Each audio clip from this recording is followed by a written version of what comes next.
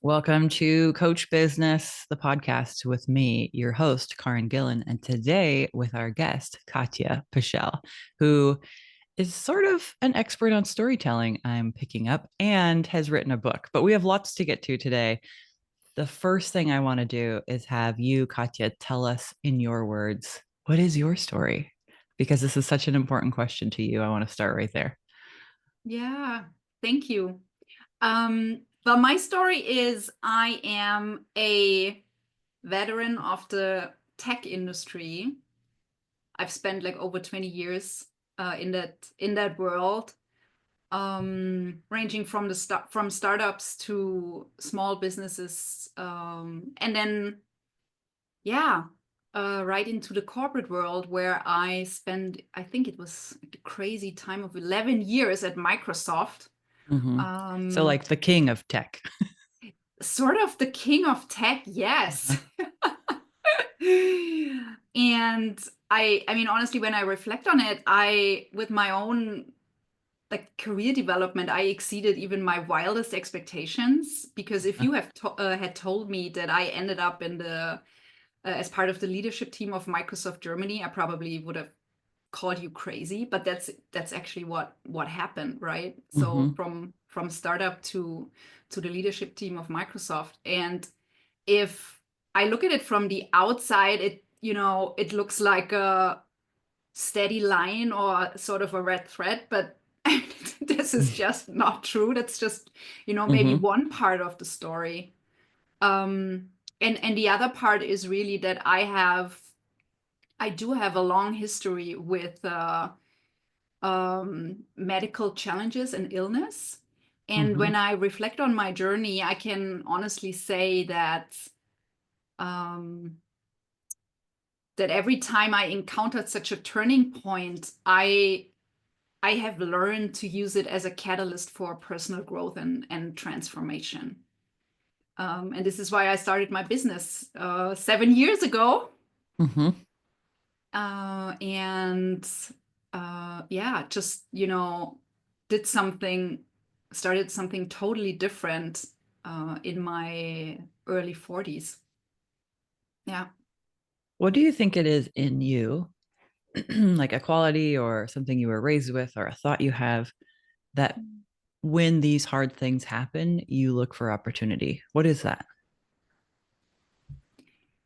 I'd say at its core, it's resilience that I have built over the decades, really. And it's I'm just not willing to accept that whatever happens to me, holds me back from living the life I want to live. I Okay. just refuse to accept that. I love it. So you're someone who is at choice with your life, no matter what your circumstances are. Yes, because when you think of it, even though it's a super hard thing to accept, but the truth is, we hardly control anything in life. It's just we don't. Hey now, hey now. And I I once very consciously took the decision to radically accept what I cannot control and focus my energy on the things and the stuff that I Hmm. can't control. Yeah. And so here you are now. How would you describe your life right now? What a great question. I'd say my life right now is happier and more fulfilled than it has ever been. Mm. And I feel that this is true because when you have tough things happening to you, again, it's a choice, it can, and you have every right to feel overwhelmed and sad and angry about Hmm. it. But I always took it as an opportunity to even more create the things that I want to create and do really brings me joy and happiness. And Mm-hmm.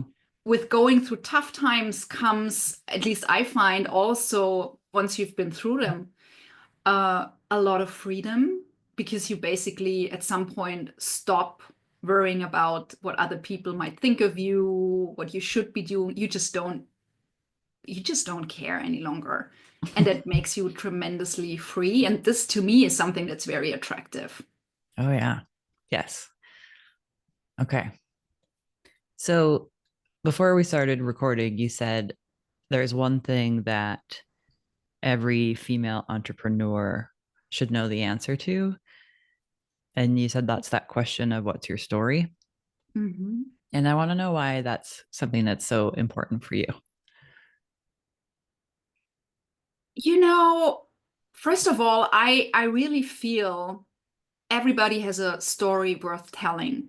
And I see especially women so often, doubting themselves and, oh, I don't think I have something interesting to share. And I think it's heartbreaking, because I Mm, truly believe we all have a story that's worth sharing. And especially as entrepreneurs, it's a question we get asked all the time. And people might not, like literally say, so what's your mm-hmm, story? Sometimes they do, but sometimes it's more, it comes in a slightly different version. Like if you are in a conversation with a potential client, eventually they might ask, okay, so tell me, what got you to start your own business? mm-hmm, And the answer to that is part of your story. And it's in a time that we especially are seeing right now, where um, especially in the coaching industry, it has changed, I'd say, dramatically in the last few years. There are mm-hmm. so Yeah. many coaches out there, and trust really has increased so much as a currency. Mm-hmm, And when you are able to tell your story in a compelling and inspiring way, you create two things. You create credibility and you create trust. And I think that's a key differentiator in today's world. It really is. right. Coming from somewhere and coming from somewhere interesting. Yes. Yeah. And having, also talking about, what is it that drives you? What are the convictions that you hold? What are experiences that have made you the person you are today? Mm-hmm. It's just something, people, we love stories. We Yep. do. We do. Yeah. Um, okay, so you have a resource you're going to share, and we're going to put it in the show notes about great ways to help people answer those questions. Can you tell me a little bit about it? Yeah, I personally, as I said, I think everybody has a story worth telling. I call it your signature story, because just like the signature dish in your favorite restaurant, your signature story is something that makes you unique, because your life is unique, the experiences you had, the values you live by, all these things. And people want to know about this. They really want to. And Yeah. yeah, I just created a framework which makes it super easy in 30 minutes to create the first prototype of your signature story. And I really want this. I want that every female leader has this resource and Yeah. uses it for her own uh, benefit, for getting more clients, for pitching herself to podcasts Right. or to conferences, speaking on stages, whatever it is. Well, and I'm going to get it because here's what I see with myself and with all of the clients that I support is we have a Mhm. terrible time finding the gold in our own history. It is. Yeah, it's hard, so hard to see what other people will find interesting about where you Right? come from and why you do what you do. So I'm going to go get Exactly. that. And I think we suck at pulling out the good parts. So if you need a We resource, do. please go get it. Yeah. Yeah, we do. And it's okay. It's okay to suck at it because Yes. there are tools that can help us get the stuff out there that will help Mhm. us sell coaching and help more people. And that's important to all of us. It is important. Yeah. Yes. And Yeah. it's now needed more than ever before, I feel. Yeah. I think that, you know, it really brings in your humanity. If you get to be, you're more than a talking head on the internet or a pretty Instagram grid. You're like this whole beautiful human. There's so much going on. Yeah. 100%. And who honestly, who wants to see these perfectly curated facades anyway? It's just so boring, isn't it? And it's It not is. real. And everybody Yeah. knows it because It this makes is me not what life nervous. is like. When things are too pretty, I'm like, I don't trust this. No, So, no. yeah. Yeah. So make sure you get a little of that messiness in there. Right. So tell us about, you know, the reason I invited you here is because I got to be on your book launch team. I got to read your book. I read it flying on airplanes, which was great. Mm-hmm. Mm-hmm. And I just want to hear more about the book in general and what made you choose to write a book when, you know, life is hard enough. Why put a huge project on top of it? You know, it's so funny because you just said what made you choose to write a book? Because the honest answer is I didn't. I didn't choose to write the book, but the book chose me. I get that. Um, That makes sense. yeah, and it did on a very special day in my life, September 22nd in 2023, when I was supposed to have like a regular checkup at my eye doctor's office, and that turned it turned into a nightmare. Um, I I have to say from a very young age on, I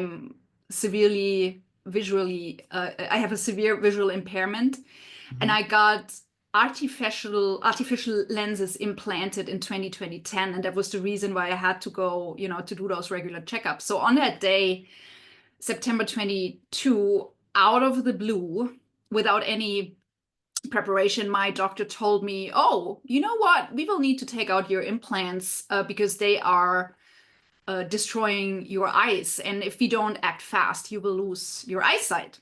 And by the way, later on, you will need to have corneal transplantation at some point." Wow. And I was sitting there, and you cannot script these things, right? Like the very first Hmm. thought was, "Oh shit, this is going to have a massive impact on my business Yeah. and life." Hmm. Little did I know, but that feeling was right. And the second thought was, I need to write a book about this. And the title starts with, "And then life happened." Hmm.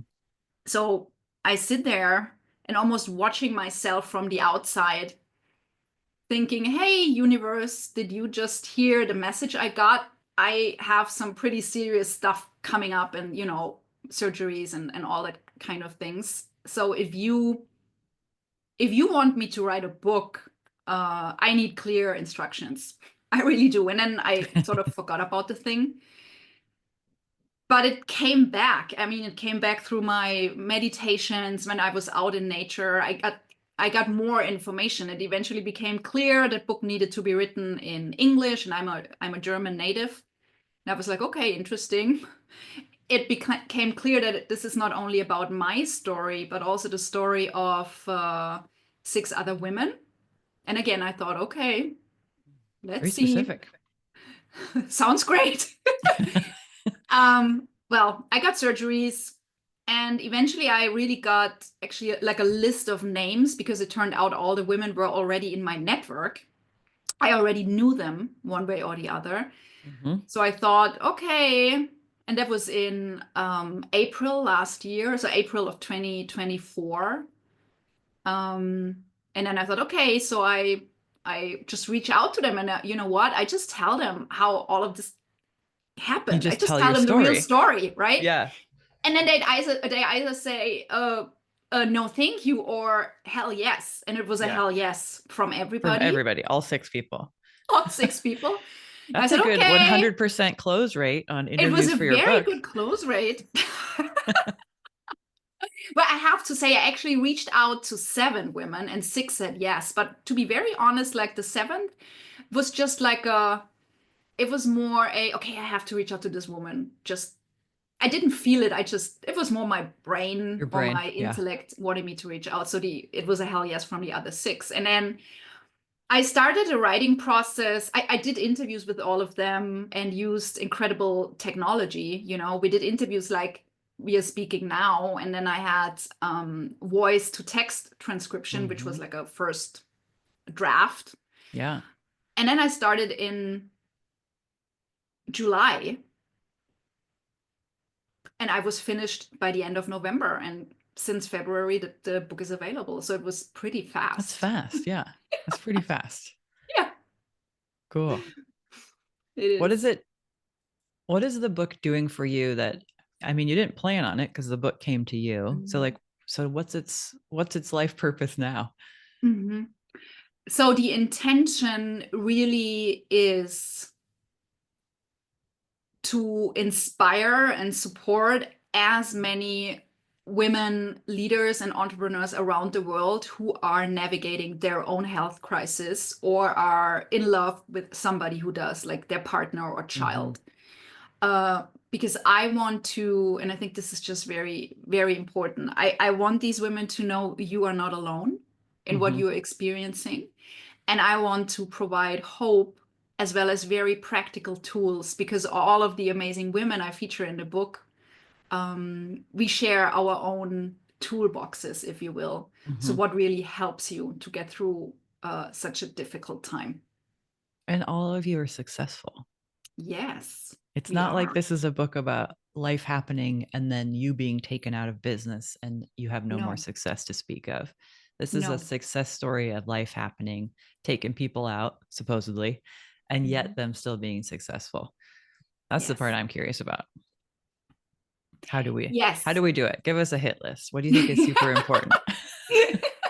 Well, first of all, I want to say, and this is probably something we only experience once we are in the situation, but women are incredible creatures. We are so resilient and we are so strong, like every Yes. single one of us. It's amazing.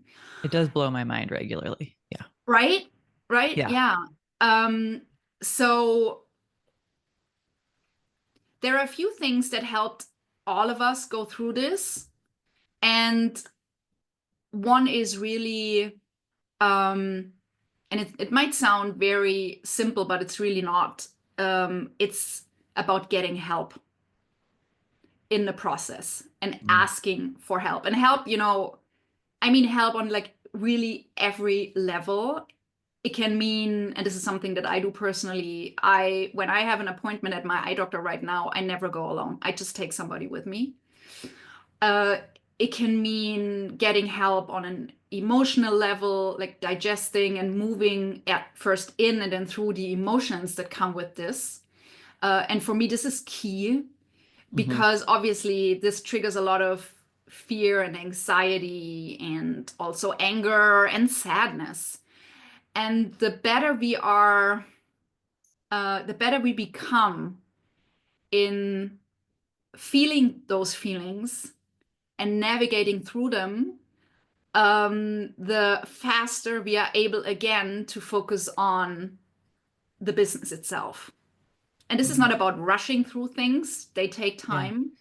But if we cannot process these feelings, this will hold us back for weeks and months and possibly even years. And nobody can afford this. Yeah.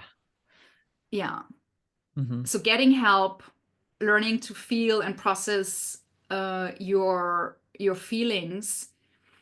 And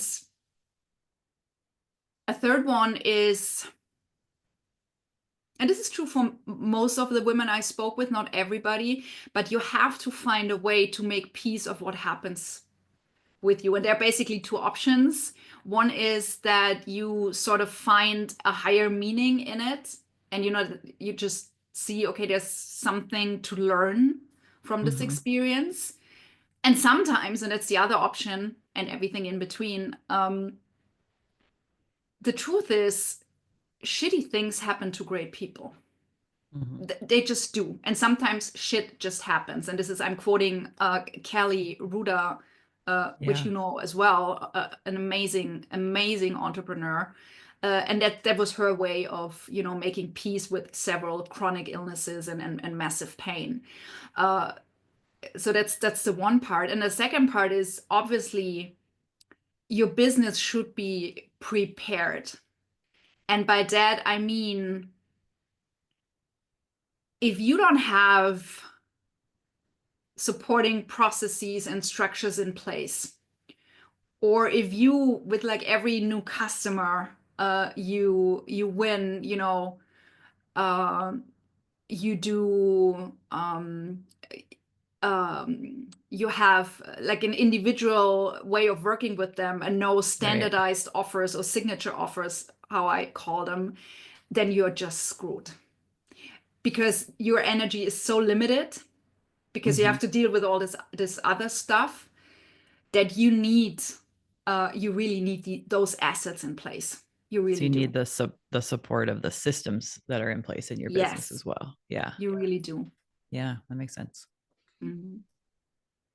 So I'm thinking about working with all these people starting businesses or with newer businesses, and they're having babies, their Mhm. parents are getting sick, there's deaths in the family, right? So it Mhm. doesn't have to be happening to you. And it can even be a good Yes. thing having a baby, right? That you want to have. But Oh. still, then you're like, oh, oh crap. Now I have to take all this time off. Maybe I go on bed Mhm. rest. Like, Mhm. I think it's important to note that this isn't just about some illnesses happening to us. This is disruption can happen in business that takes us out, no matter who we are or where we are.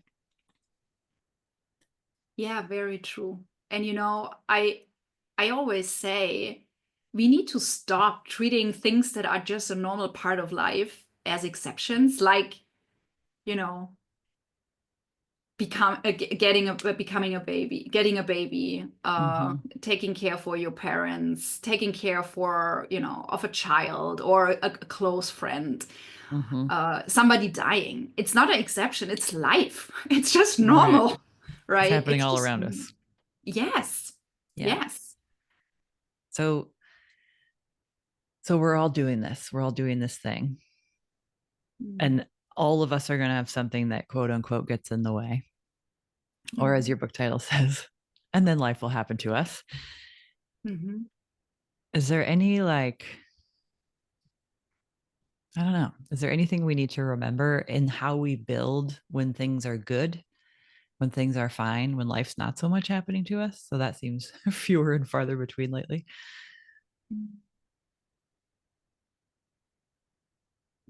I'd say, and I personally feel um that's a great muscle to build in both times when it's good and when it's not so good. But actually, you build it when it's good.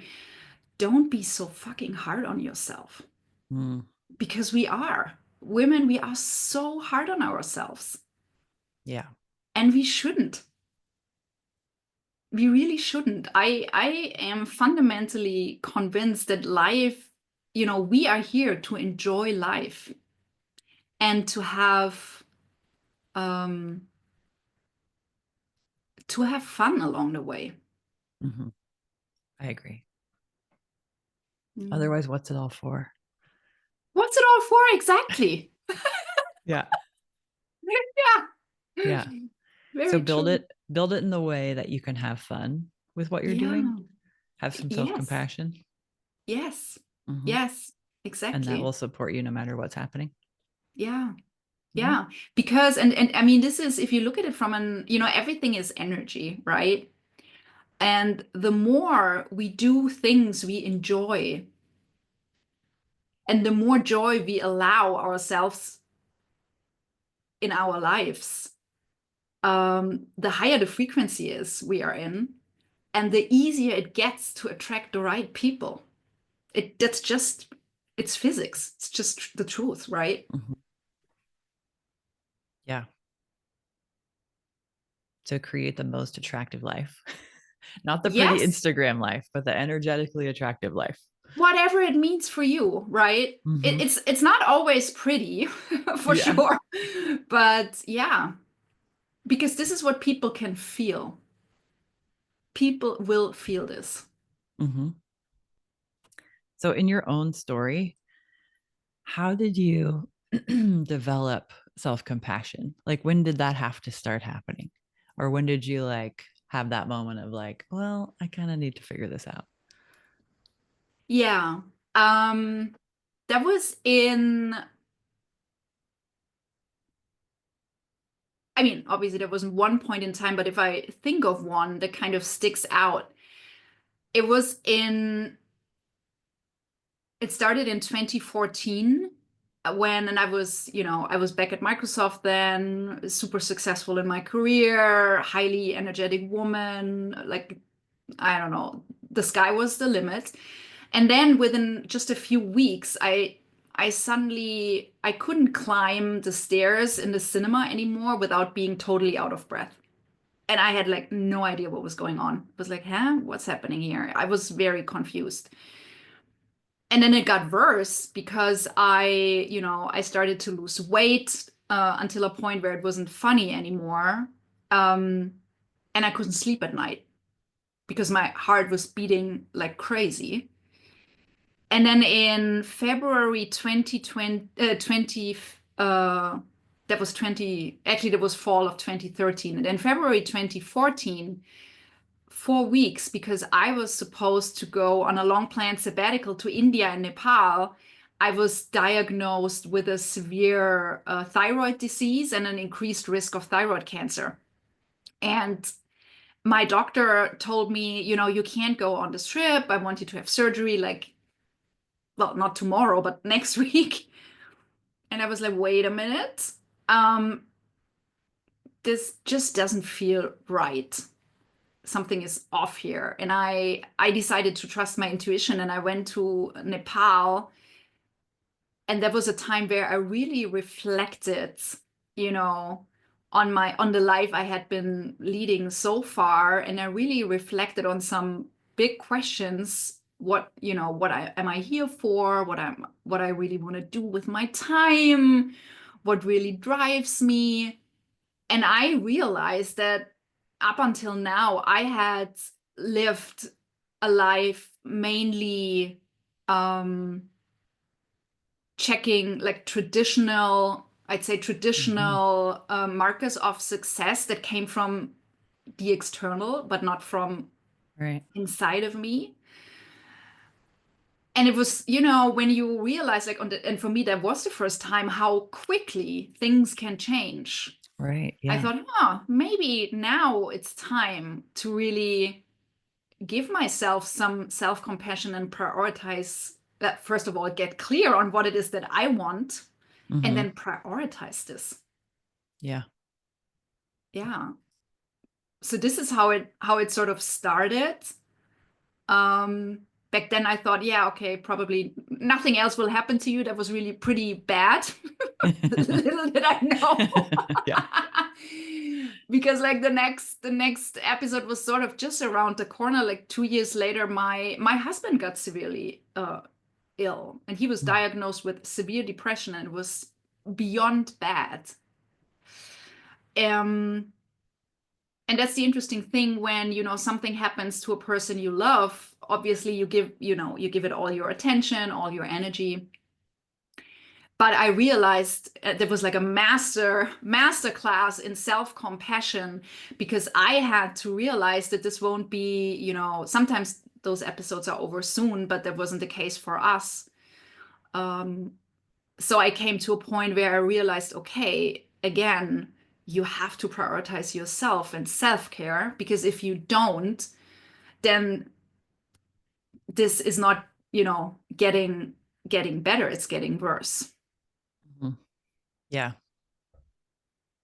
I'm just noticing, because we've been talking about storytelling, how the more of your story that we listen to, the more I trust what you talk about. Mm. Like, I'm like, oh, if you want to learn about self-compassion, let's go learn about it from someone who's actually had to dive into it in some pretty gnarly situations, not just someone who's fluffing it up on the internet. Like, it's Right. just I think for everybody listening, just notice how much trust do you have for what she Mm. says based on what she shared with us. I think it's an interesting barometer. Mm-hmm. Mhm. Yeah. Okay. So if if you were going to leave these primarily female entrepreneurs listening with something that's important right now or on your brain or on your heart, like what would you share with them as a final parting gift from you?